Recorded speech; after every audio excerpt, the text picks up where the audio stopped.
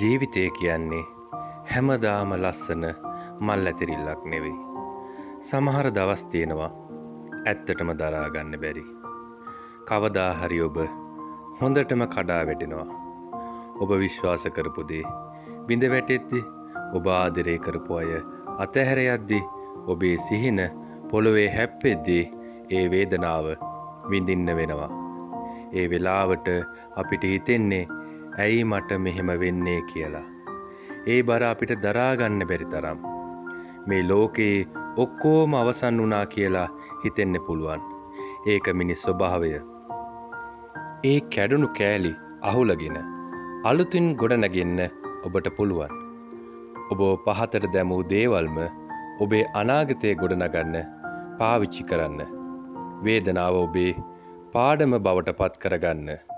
ඔබව කඩා දැමූ ජීවිතයට වඩා ඔබ නැවත ගොඩනැගූ ජීවිතය ගොඩාක් වටිනවා. මේ වෙලාවේ ඔබ දකින්න ඔබ දුර්වල නැහැ. ඔබ ශක්තිමත්. ඒ විතරක් නෙවෙයි, ඔබට දිනන්න පුළුවන්. ඉතින් නැගිටින්න. ජීවිතය ඔබට බිඳ දමන්න පුළුවන්. නමුත් ඔබට නැවත නැගී සිටීමට බැරි නැහැ. අදම පටන් ගන්න.